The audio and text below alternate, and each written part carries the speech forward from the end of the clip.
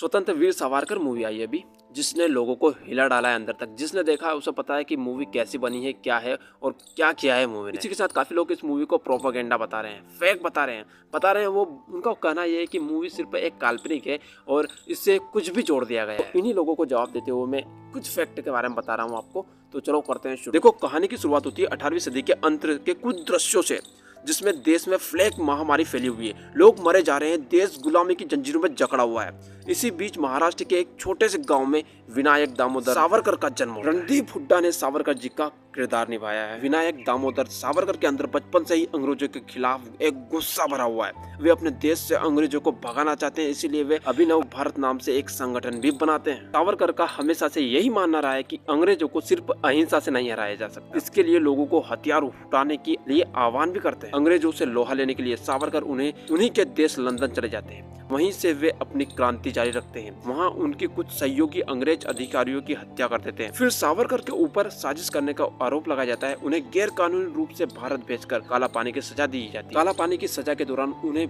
बहुत सा टॉर्चर किया जाता है। फिर क्या होता है कि कई साल जेल में बिताने के बाद सावरकर एक के बाद एक कई दया याचिका दायर करते हैं। हालांकि इन याचिकाओं के पीछे भी उनकी एक सोची समझी रणनीति होती है। सावरकर कहते हैं कि जेल में रहकर मरने से बेहतर है कि बाहर निकलकर देश के लिए कुछ किया जाए। जेल से छूटने के बाद उनका संपर्क भगत सिंह, सुभाष चंद्र बोस और महात्मा गांधी से होता है। इसके बाद देश को आजादी मिलने तक सावरकर अपनी लड़ाई लड़ते हैं। मूवी के अंदर आपको सावरकर जी ने जो यातनाएं झेली अंग्रेजों से, जिस तरह से उन्होंने लड़ाई लड़ी है, वो सब दिखाया जाएगा।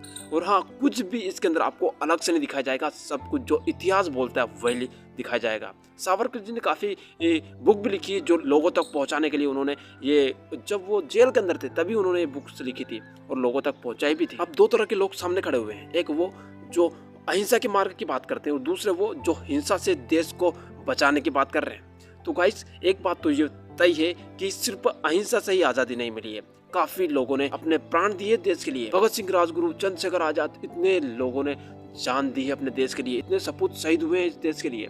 तो क्या आप लोगों को यही लगता है कि सिर्फ आजादी अहिंसा से ही मिली है? अहिंसा से मिलती तो शायद अभी तक हम यहाँ पर नहीं होते और भी काफी कुछ बदलाव होता।